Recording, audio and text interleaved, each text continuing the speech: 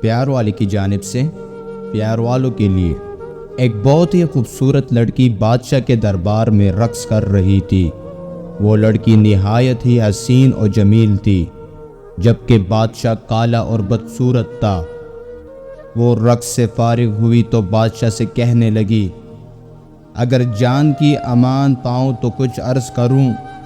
بادشاہ نے اسے اجازت دے دی تو وہ کہنے لگی، بادشاہ سلامت، جب حسن تقسیم ہو رہا تھا تب آپ کدھر گم تھے؟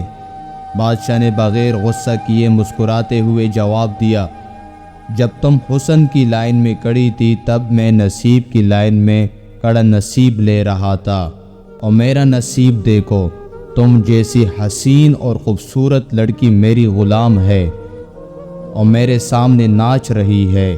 یہ سچ ہے کہ نصیب والے حسن والوں سے بازی لے جاتے ہیں۔